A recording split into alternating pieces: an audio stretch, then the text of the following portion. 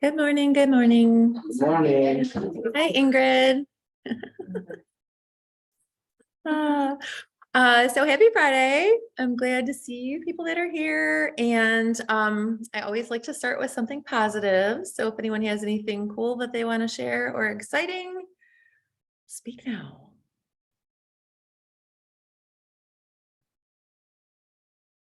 No, great event yesterday. Oh, Seeing Tony Robbins, those of you that went, it was very inspiring. If you haven't seen him before, try to make it to an event, but Yeah. as you know, it was, had you seen him before? yeah, last year. Okay. This same. Okay, That we did this week. cool. I got a new recruit. Oh, Shannon is a new recruit. Yeah, she's onboarding right now, so Nice. yeah. That's exciting. Was it a friend or? Yeah, well, and past client too, so. Oh, yeah, so nice. she's in like a different area, which will be good. Okay, that's exciting. Yeah, Is she already licensed or? no, well, Okay. she just passed her exam. Ah, Yeah, how so brand nice. new. That's awesome. Yeah. That's Yeah. exciting. Yeah, really exciting. Cool. Anyone else? Anyone on Zoom have anything exciting they want to share? No? Okay. So the last week we had, the last 2 weeks, actually, we had special guests, which I thought were awesome. I think Ron brought a really cool perspective in. He does things completely different than a lot of agents in the industry, but I think there's always something good to come out of that. And then we loved having Steve here. He had so much great information. It's just, he has a great way of presenting things that aren't that exciting in a good way.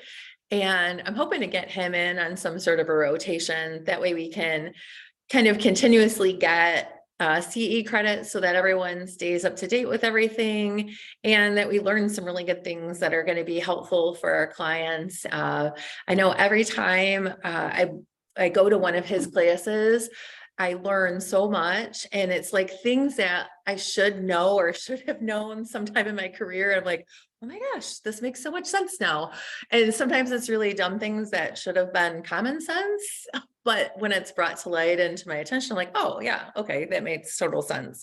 And I know, like, even from that course that we just took, and I actually took one that Sherry Gramlich had about furnaces and AC and stuff. And each one of those, like now when I'm at showings, it's going to give me more fuel, to work with and know when I'm presenting or showing houses. So I'm excited about that. So hoping to get him in as well on a pretty regular basis. So today, I don't remember what my tagline was, but it was something about parrots, elephants, honey badgers, and lions. And obviously, like, being a little bit funny, but also thinking, I have a son who's like obsessed with like animals. So he's constantly giving me animal facts. And so many times he says something, I'm like, I should be more like that, like just like with resilience and survival skills kind of things. And so the first thing I want to talk about is a parrot and why we should be parrots as real estate agents. So what this comes down to is when we're repeating and reaffirming, and you'll hear this a lot. We do it a ton in prospecting, a ton in role play, and you should really be doing this when you're interacting with people, when you're out. There is nothing that is more trust building, I think, and people knowing that you're truly listening to them than you repeating and reaffirming what they're saying. And this gives you the opportunity to also prepare what to say next, right? So if sometimes you don't know and you're like, oh, maybe you're at a loss for words or you're not sure what to say, if you take a moment and repeat and reaffirm something, then it will give you an opportunity to put your thoughts together so that you can come back with an appropriate response. So, oh, good. Lisa and Corey are here. I know they're familiar with repeating and reaffirming. Are either one of you available for a second? I can be. Oh, thank you, Corey Welch. Hi. Hey, Okay, so do you want to give an example? We could do some sort of mini role play or something? Yeah, we can do a mini role play. I think Well, that's and I feel like Corey is the perfect example. Corey is like the king of repeating and reaffirming. And every time anyone talks about your role play, they're always saying, oh, that's not what I meant to do. They're always saying how good you are at that. So I think that's perfect. So okay, go ahead. Do you want to, I guess I'll be the buyer. I'm sorry, I'll be the seller and you're calling me as a potential prospect. okay. Okay, ring ring. Hello? Hi, is this the owner of 123 Main Street in Dundee? Yes, it is. Hi, yes, my name's Corey Welch. I'm a local real estate agent, and I noticed that you guys were having a moving sale last weekend, and my friend lives nearby and had given me your number. I just wanted to reach out and see if you guys had started interviewing real estate agents yet. I would love an opportunity to meet and share with you what I do to get top dollar for my sellers in this market. You know, Corey, I think that we're actually just gonna sell by owner. I appreciate you calling, but yeah, I think we're just gonna sell it on our own. Okay, okay, and what was your name by chance? My name's Amy. Amy, okay, so you guys are moving, it sounds like. I figured by the moving sale. Yes, But you guys are thinking you're gonna sell by owner. yes, correct. Okay, and what made you lean in that direction to want to sell by owner? Is it to save the commission? Yes, correct. Yep. We just figure, the more money that we can get out of the sale of the property, the better. Okay, I can definitely understand that, Amy. So you're thinking by selling it on your own, you can save more money and put more money in your pocket. Yes, correct. Okay, well, Amy, if there was a way that I could show you how I could net you more money by working with me, would that be something that you'd be open to a 20-minute meeting? I'm not sure. I think, if you could give me, a couple weeks, we'd have just at least like to try it on our own first. Okay, okay, you're thinking try a couple weeks and see how it goes. Yes. Yeah, I can definitely understand, appreciate that, Amy, and I'm sure you're super busy, so I don't want to take up too much of your time, but whether we meet now or in a couple weeks, my number one priority working with sellers and with my aggressive marketing plan and a lot of experience, I'm confident I can net you more money even after my commission is paid. So if you had 20 minutes today or tomorrow, I'd love to stop by and just go over what I do to get that done. Would you be open to meeting today or tomorrow at 3, or would maybe 4 be better for you? Okay, Corey, well, so I'll give you a chance. Okay. Perfect. I didn't plan on launching you into a full role play, but you're on a roll. Yeah, and I didn't want to like stop because then I was worried that the lesson wouldn't be as helpful. You're too good. I have to get the win at the end anyway, so I was playing by the rules. No, but you could hear how Corey does it in a very natural way. And I think, he is phenomenal, and that's definitely one of his skill sets. And it's not that you want to repeat every single thing they say or exactly like they say it. So not a parrot in that regard, but saying things that demonstrate that you are actively listening and listening to understand that you've heard what you've said, what they've said. So many times we're just waiting for our opportunity to speak. And a lot of times we'll talk over people or we'll be thinking of our next thought without actually validating what a particular client has said. So being good about repeating and reaffirming is huge. So the other thing of a parrot, right? So we're mimicking, and that, when we think of a parrot or whatever, we're mirror and matching too. So when you're in person with people, you really want to be conscious of how they're talking. So if they're talking with their hands, try to talk with your hands. If they're talking excitedly, try to talk excitedly. Be interactive in a way that will mirror the way, because that will make them more comfortable with you and build a sort of a physical rapport almost, where they're feeling more comfortable because you're interacting in a way that they are. And this is so crazy. So this was something that I had planned to talk about before going to the Tony Robbins event.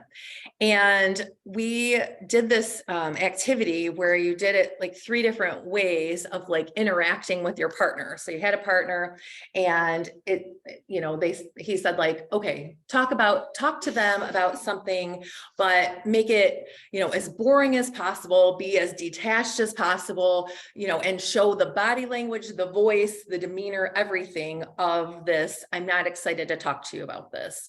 Okay, so Lisa and I were partnered up and I'm talking to her and, so your shoulders are hunched, you're talking quiet, you're shallow breathing, you're doing all of these things. And it was interesting because she, without even doing it intentionally, was doing that right back to me. So she was talking low, unexcited, detached, and so it was almost because my body language was affecting her. That's not how Lisa interacts with anybody ever. And it took her down. And it's interesting how that physical effect is put on another person. So how you're approaching them is going to influence how they receive you. And then we did it a different way where we were excited and we were energetic and we were happy and motivating the other person. We went through phases where we were trying to talk them into doing something and you were excited and passionate about it. And the same thing, body language changed. And to me, when she did it to me, it wasn't even like I wasn't actively thinking, okay, well, I'm going to be awkward and weird. She made me feel awkward and weird just by how she was behaving. So Lisa, do you have a comment on that? Oh, Lisa, did you have a comment? I saw your hand up. Yeah, sorry, I couldn't unmute. My voice is gone from the event, so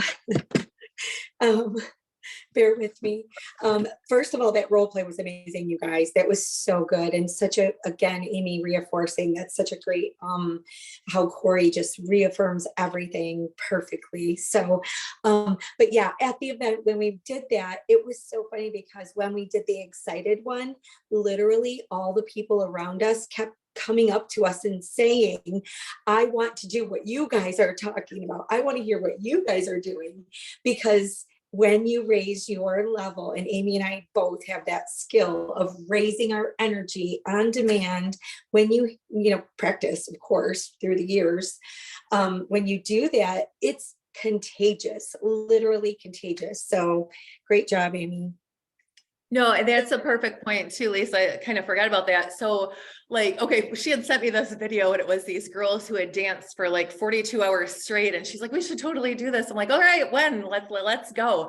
And so when I was talking to her about it and and when I was awkward and uncomfortable and not really selling it, basically, I was just like, so do you want to go dance? It's going to be for 42 hours and it's probably not gonna be that exciting. And I'm gonna wear something ugly and music's probably gonna be awful. I don't know if you're interested, so awkward, right?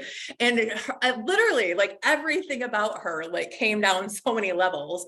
And then when I said it excited, hey, so I have this great idea. I think we should go to the airport, dance on, because they were dancing on those walkways through the airport. I'm like, I think we should dance for 42 hours. I think we should do it for your favorite charity. I think it's going to be so fun. I'm gonna make this killer playlist. We're going to dress cute, blah, blah, blah, blah, blah. And we were both physically excited as if it was going to happen. And so it's just those that shift in how you're interacting is so huge. And I had met with Bill Blevins a couple weeks ago, and he talked about your physical presence and how that can often set the tone for your interactions with people. And he's led, over the years, obviously he's helped tons of agents, and he'll say, sometimes agents walk in and it's this, head down and, that kind of demeanor into the room. Other agents, their shoulders are back, you're walking in confidently, you're, there to make an impression, you're feeling positive, and some people float in because they're excited and they're that full of energy. And so that there really is something to say just about the body language that you bring into a room. So just keep that in mind as you're doing things. Okay, so then the elephant. So this one I thought was kind of cool. So I'd heard this story a long time ago. And it's about when an elephant is in the wild and they have a baby, and they will, as a group, go all the way around the baby to protect it, because the baby obviously can't protect itself.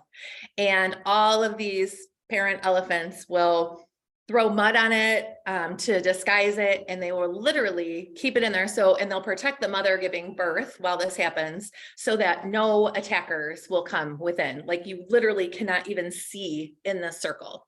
And so this I liken to when there's a brand new agent, right? They're babies. They don't know what they're doing. They need help. And the way our, actually, I think everyone here is, well, except for you, Dave Moody, but you can appreciate this anyway, because you like people learning and growing. So, but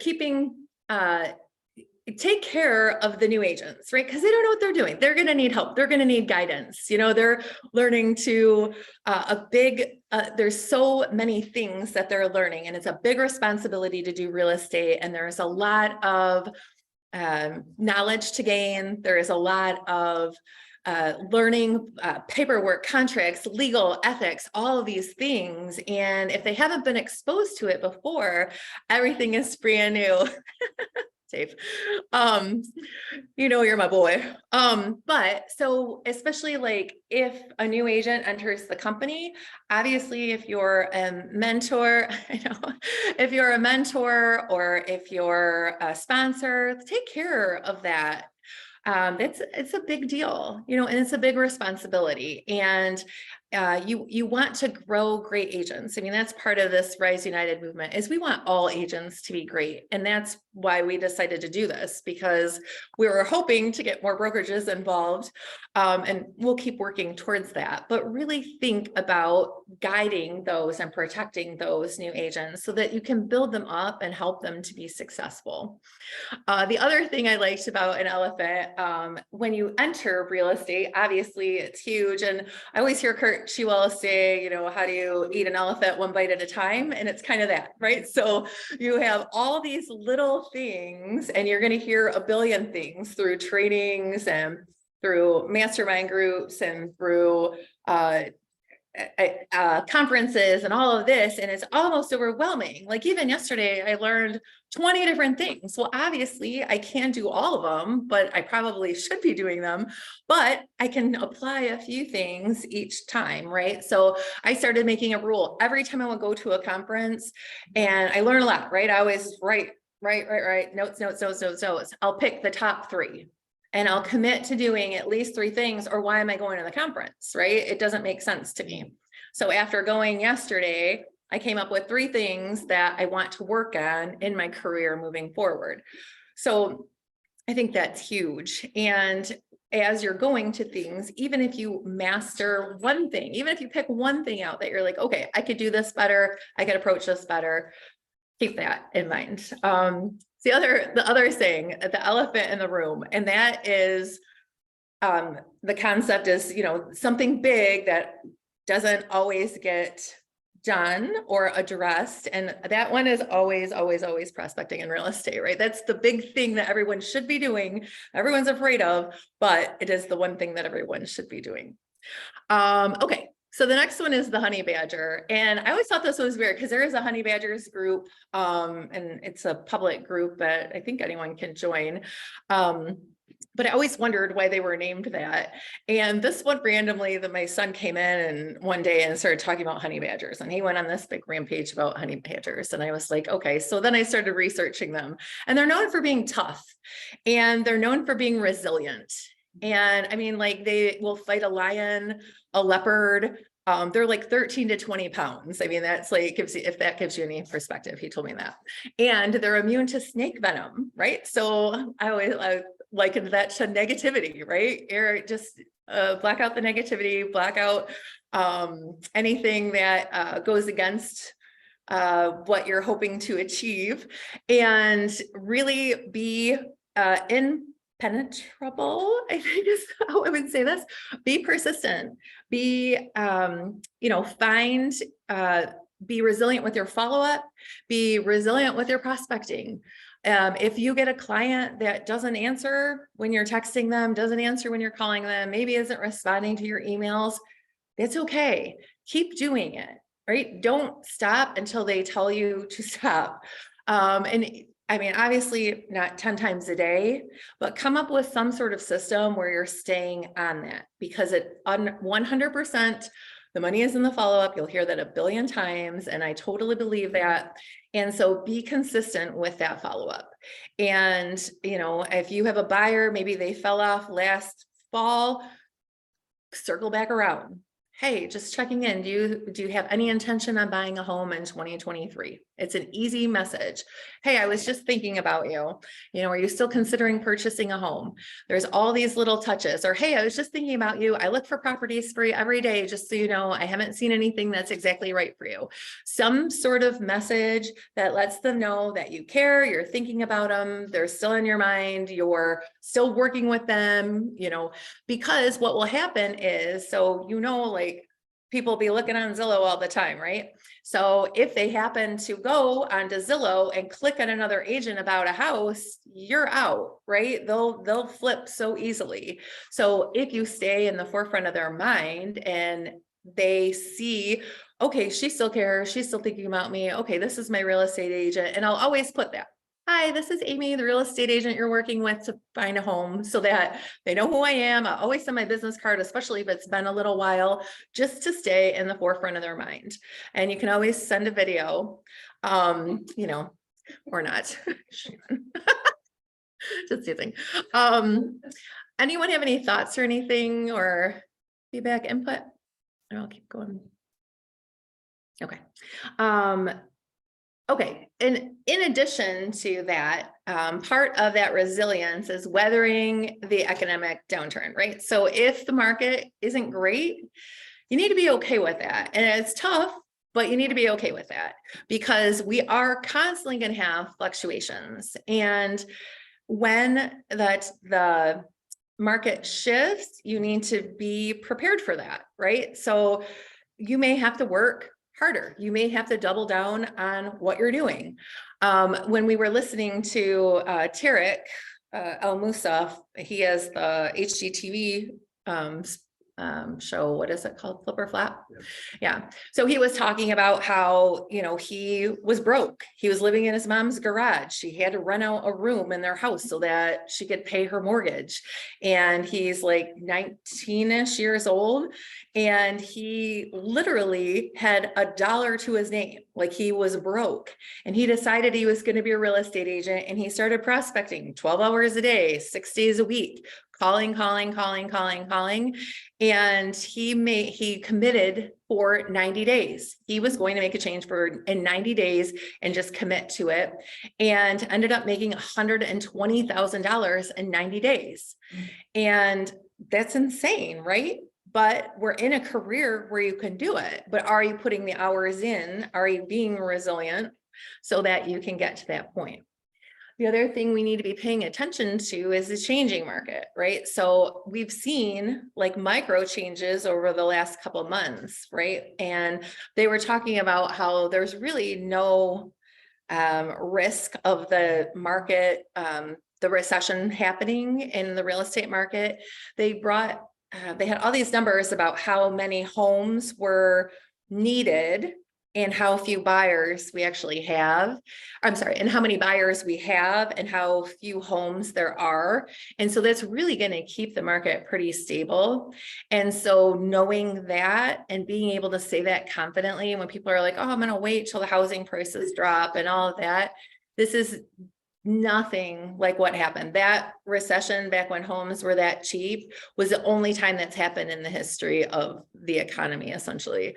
So keeping that in mind, and being able to speak confidently like of why now is a great time to buy is huge. And you need to be prepared to do that at any time. The next one I want to talk about is a lion. So this is someone who's leading, right? Lions are known for their leadership. And so I highly encourage everyone on here, even if there's someone that isn't like in your downline or isn't directly under you or whatever, I highly encourage you to be a leader, right? So each person knows something a little bit more. If you've been in the business for any amount of time, you know a little bit more than the next person, right? So if you're able to share that knowledge, it's such a great and empowering thing. A, it solidifies things for yourself. B, it helps another person out, which I am a huge proponent of doing that. And it will give you the courage to do it, moving forward. And the more knowledge that you share, I feel like the more you grow. And we have so many great examples of people like Shannon does it on a regular basis. You're so good about that. And Jeff does it on a regular basis, where they will just take people under their wing and help them and guide them. Sean Wilmot, he'll help anybody at any time. I love that. Like it's such a powerful thing to do and such a gift to keep giving. Like I always say, like, this is one of the reasons why I'm always like willing to help anybody, because I feel like I learned the hard way. Like I gained my knowledge the hard way. And I learned not maybe the best ways to do it. And it's not anything against anyone, but it's that I didn't take the time. Well, it wasn't a setup like this, right? Where training was actively available. I'll tell you, before I switched brokerages, well, and now they're everywhere, right? There's tons of trainings now. I don't feel like it was ever like that in this industry, period. I don't remember ever going to UWM, where there's a mortgage conference for the most part, but I don't remember ever going to anything on that scale I don't even think they had anything like that. And maybe Lisa, you can speak to that. I don't know, but I never saw anything like that. And so having all of these opportunities to learn is really, it's life-changing. And I'm learning easier ways to do things than the way I was doing things previously. And some things I just gained over, 14 years of experience, where I was like, oh, I tried that, and that didn't work. And then I learned a better way to do it. And so sharing that with other people is always such a gift. And so maybe you're new, you don't know, but maybe you could do something for someone else. Oh, they spent time with me, they helped me with this. Well, if they need me to show a house, then I'll help them with that, or I'll host an open house for them, or whatever. But that reciprocal of sharing knowledge and sharing your talents and things like that, I think is huge. The other thing about lions is they travel as a pack, right? So they're a circle and they're supporting each other. And that's one thing that I feel like a lot of us are really good at, right? I see on social media, people cheering people on, encouraging people. I see it in WhatsApp groups. I see it on, all over our Facebook and just in general, actually cheering people on for their successes. And I think that's huge, because you want to keep that circle of support and that team mentality of we can all win and it's okay, and supporting one another and building each other up. Part of that as well, it goes into building that bye, Sean, that circle and doing your network too, right? So that giant network that you should be growing, so that you have a place where people believe in what you're doing and will send people your way, will use you for themselves when they want to move, when they maybe have an issue with the estate, when they have they decide they want to start becoming investors. Keep that network growing at all times. I mean, and I've been trying to get better and better at that. So every time I'm going to an event, I'm like, I want to take at least 3 names away with me, where I make really good connections with 3 different people. And doing that kind of gives me, where I'm not overwhelmed, like, oh my God, there's so many people. Where do I even start? 3 people, just meet 3 people while you're here. Once I meet 3 people, that checks it off my list. If I happen to meet more, that's fine. But I feel like that allows me to continuously build my network. And I do the same thing. If I'm at a social event, if I'm at a party, if I'm at a get together, I want to make those connections and so that I'm constantly building my network. The other thing is with for a lion, strength and power, right? So we want to be strong, and that part of that strength is going to be constantly growing your skill set, adding to what your knowledge is, and whether that's taking classes at GMAR or RealComp or getting additional certifications or designations. Having the more power and strength you have will make you more courageous and brave when you're out in the real estate world. And so being mindful of always doing those growth opportunities so that you can put yourself in a place of power, right? So that when you walk into a listing or when you walk into, to meet a buyer, that you're feeling confident in your skill set and bringing the right energy as well. Anyone have any comments or anything? No? Huh? Yeah. So I read this quote and I really liked it. It was Taylor Kerrigan, who's one of Jeff Glover's. She's like the top girl at Jeff Glover's, and it says, "You earn respect by showing people who they will become by working alongside you." And I love that. And I think that's such a great quote. You earn respect by showing people who they will become by working alongside you. And that's I've been doing this Goal Diggers group for the last year, and I think about that. Like each of them are growing in ways in building their confidence and their skill set, and it's such an honor for me because I believe in each one of them, and each one of them have different things that they needed to work on along the way. But it's cool to see that by just investing some time into them, that each of them are gaining more confidence as they go through. And like Tabitha, she's not here today, but she had been with me the year prior to, and like she got to a point of like confidence where she was able to share with the other people in the group knowledge. And I loved seeing that. Like it was such a powerful and almost like a what is the word, like it was like where it like supports what you're, I guess like it supported what I was doing, right? So that to me was like, wow, this is what I want to grow. I want to grow other leaders who can help. And then Lisa and I always joke, like there's all these layers to real estate, right? There's like preschool, like 101, and then there's elementary school, and then there's high school, and then there's college, right? So there's all these layers to learning real estate. So, when you first start, it's learning contracts and learning, kind of like the paperwork behind things and maybe like a net sheet. And then after that, then maybe you're learning how to do an open house effectively, how to show a home, how to go on a listing appointment. And then you're learning, okay, how do I hunt and fish for business? And now I want to, do marketing. And then maybe you're learning personality styles and deeper level thinking of like, okay, how can I refine my business? How can I work smarter, not harder kind of things?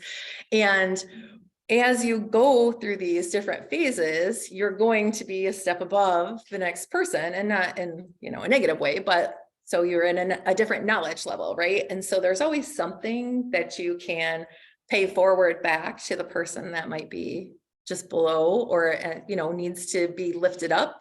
I always think of it like that, right? Who could you raise up to be just a little bit better than they have been, or maybe teach them a skill set that was pivotal for your business. I mean, I always try to do that every time, if I learn a better way to write an offer, if I learn a better way to negotiate something, or a more refined listing appointment. Like I always want to share that knowledge. To me, it does nothing if I just keep it to myself. I mean, we're here to help on earth to help others. I fully believe that. So just keeping that in mind as you're interacting with each other. And trying to think if there was anything else. If I had anything else, does anyone have anything issues, problem solving, anything that they're like, I need help with this, or anyone on Zoom or in person?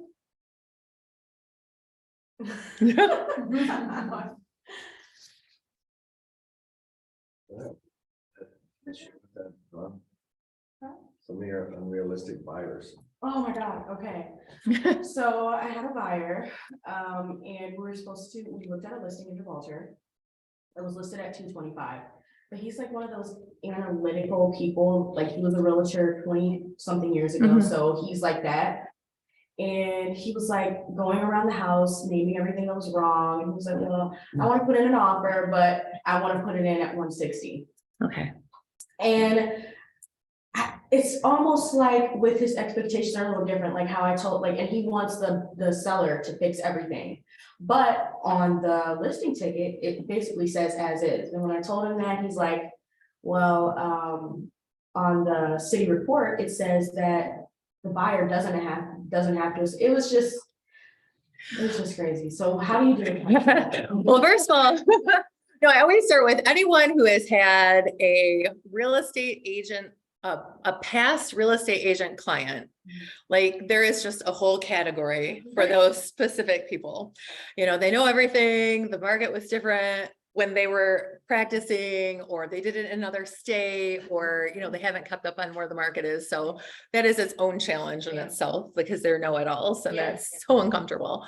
However, clearly they don't know the market. And so, you know, something like, so I usually do a buyer consultation before I go out with people, only because I feel like then you know what you're dealing with. And part of that buyer consultation, I just did one last week, and the girl drove from Northville, which I felt kind of bad about, but at the same time, it got me to meet her face to face.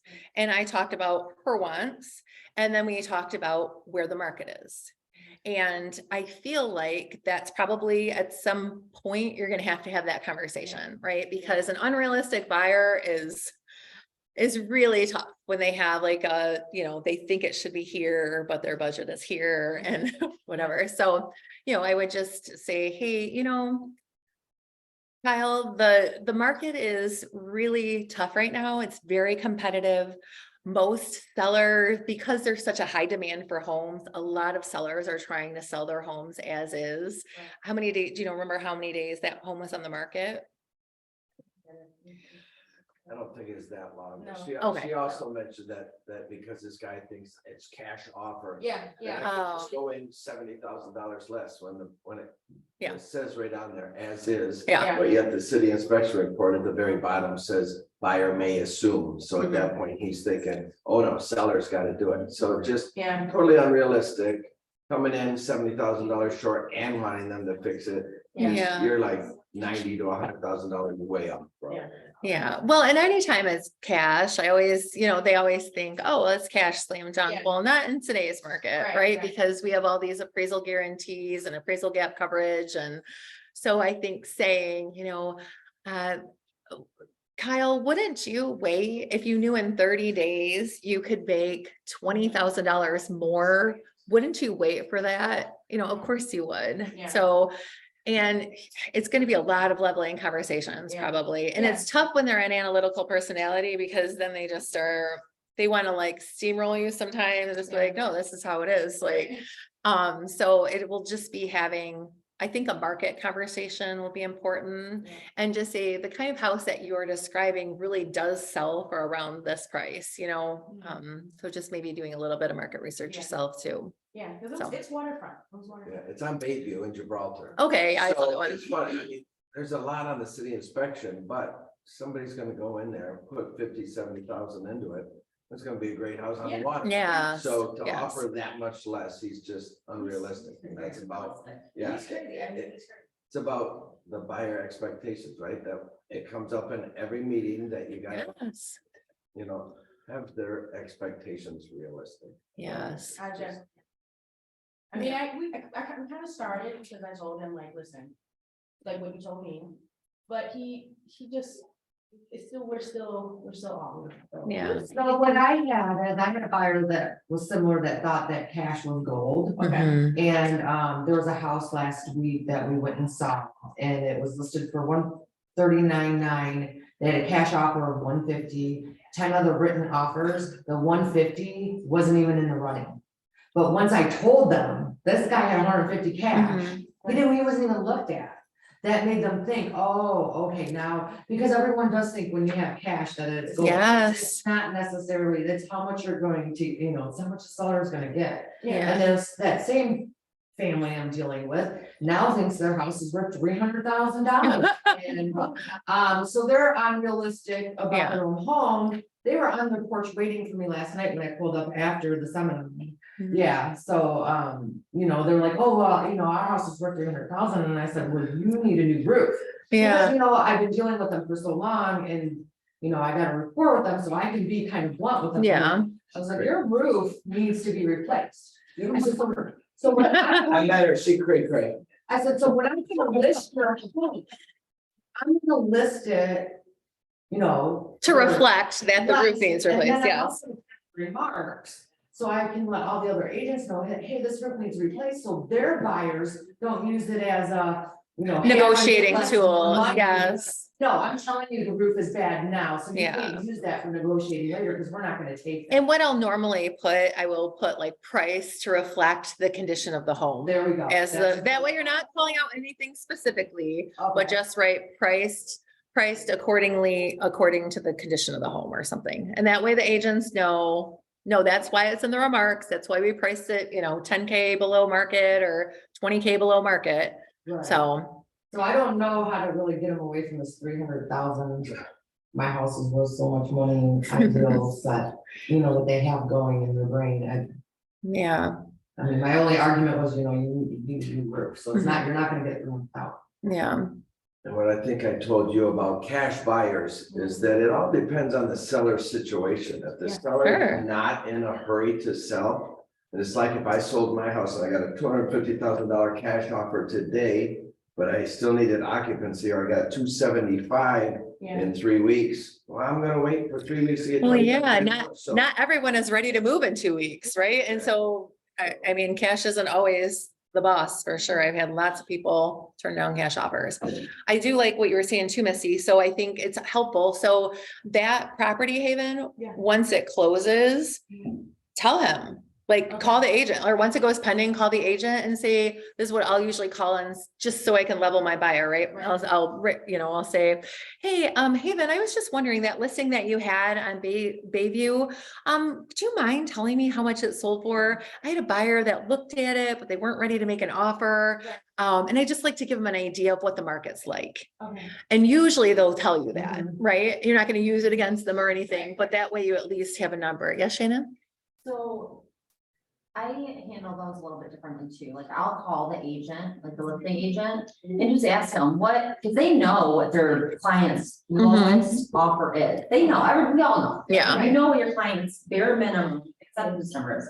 And just be real with that agent, not with your client, but Right, with just okay. one-on-one with the agent, just say, I have a client that wants to come in low. I'm not trying to offend, but would you accept this offer? Mhm. And they're going to tell you, we've already had offers at that, we won't accept it, you're gonna Yeah. have to be at, like, let's say, what's it listed at? 225. Okay, so I got a client that wants to bring in an offer at 150. They're probably gonna laugh at you, Right, yeah. but then they'll come back and say, we've had offers at 200 that they just didn't, they won't even look at. So then you can take that Mhm. information to your client and say, listen, I had a one-on-one conversation with the list agent, and this is where they're at. They won't even look at your offer if it's not over this number. Right. So what if there isn't any offers? Cause I called the listing agent and she said she had no offers. But they're still gonna But- know the number. Well, and I Right, think, right, okay. yeah, and I think that's a perfect time. If they still don't have offers, Yeah. then you call and say, well, I have a client willing to write an offer. He's at this price. Is that something your seller would even consider? Okay. And then they would, yeah, she Okay. hopefully come back to No, you. and that way it takes all the pressure off you. Mhm. Good. It makes them, this is where they're at. You have to bring this in order for them to even look at your purchase agreement, Yeah, right? And then if it's not, then you just move on, go find it. yeah. Well, cause maybe there is some flexibility to the Right. price, but it's worth an still- ask. I still have to ask and still communicate that. Yeah. Yeah, and I agree with both of them, but then you still have those clients that say, well, I want you to put the offer in at 150. But And then- then they and can that's either fine. laugh at you or counter and then Well- counter back. And that's, Right. but then when they accept, or you you submit and they deny, then you usually have something in writing that says, we already talked. Right? So then you present that to your client because you've already had that conversation. Well, and Right. sometimes writing that offer, you'll at least get a buyer or broker agreement with them, Yeah, right? right. So just write them in and that way you're in contract so Right. that he'll use you going forward. So sometimes it's worth it just to write it, even if it's a flat out no, just so Right. you have at least that. Okay. So, Yeah. anyone else have anything? Like that, I mean, now he's trying to get on another tangent, like he wants lunch, all of this, I'm like. So I do, I think all my buyers sign a buyer agreement Yeah. before I even show a house. That's Mhm. what I said. Yeah. I love it. I that just was send just them, fine. I just send them a quick text and I send them an agency disclosure and an exclusive buyer. Mhm. And depending on the type of client, I'll either do it just for that home or 30 days or sometimes a year. And just say, hey, it's my broker's compliance for tours and liability. And I need you to sign that before we enter into the home. Nice. Yeah. That's a And great they'll get idea. signed, Yeah, done. yeah, you're- Yeah, I don't show a house unless I have that. If That's they a won't great sign idea. it, I won't show it. Mhm. I think we talked about that yesterday. Yeah. I love it. No, I think it's a great idea. Gina was just saying that she has everyone sign a buyer broker before she even shows them a house. And you can always just blame it on your brokerage, you could blame it on liability, whatever, so. Anyone else have anything? On Zoom land, any issues or anything? No? All right, well, I hope you guys have a great weekend, great Friday, happy Cinco de Mayo. Go eat some tacos, have a margarita.